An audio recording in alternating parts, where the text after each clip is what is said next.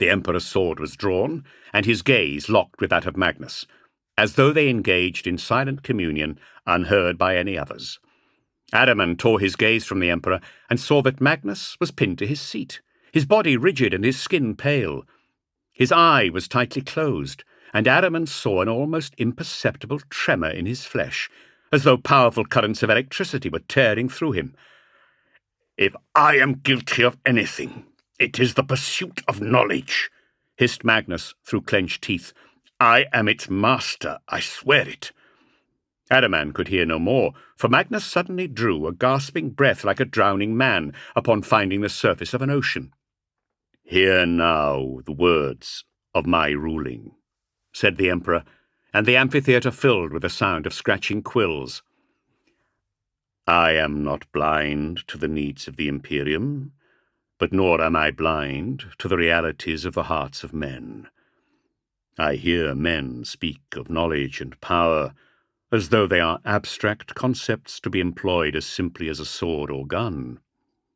They are not. Power is a living force, and the danger with power is obsession.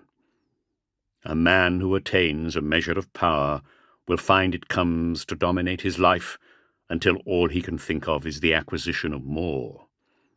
Nearly all men can stand adversity, but few can stand the ultimate test of character, that of wielding power without succumbing to its darker temptations." As much as the Emperor was addressing the entire amphitheatre, Adaman had the powerful sense that his words were intended solely for Magnus. "Peering into the darkness to gain knowledge of the warp is fraught with peril, for it is an inconstant place of shifting reality, capricious lies, and untruths. The seeker after truth must have a care he is not deceived, for false knowledge is far more dangerous than ignorance. All men wish to possess knowledge, but few are willing to pay the price. Always men will seek to take the short cut, the quick route to power, and it is a man's own mind, not his enemy or foe, that will lure him to evil ways. True knowledge is gained only after the acquisition of wisdom.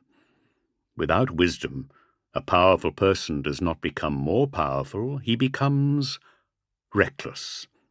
His power will turn on him and eventually destroy all he has built. I have walked paths no man can know, and faced the unnameable creatures of the warp. I understand all too well the secrets and dangers that lurk in its hidden darkness. Such things are not for lesser minds to know, no matter how powerful or knowledgeable they believe themselves to be. The secrets I have shared serve as warnings, not enticements to explore further. Only death and damnation await those who pry too deeply into secrets not meant for mortals." Adaman blanched at the Emperor's words, feeling their awful finality. The promise of extinction was woven into every word. "I see now I have allowed my sons to delve too profoundly into matters I should never have permitted them to know even existed. Let it be known that no one shall suffer censure, for this conclave is to serve unity, not discord. But no more shall the threat of sorcery be allowed to taint the warriors of the Astartes. Henceforth it is my will that no legion will maintain a librarius department.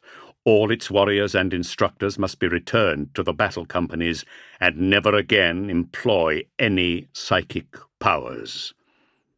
Gasps of astonishment spread through the amphitheatre, and Adaman felt his skin chill at the absolute nature of the Emperor's pronouncement.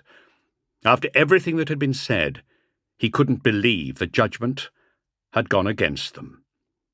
The Emperor wasn't finished, and thunder rolled in his voice.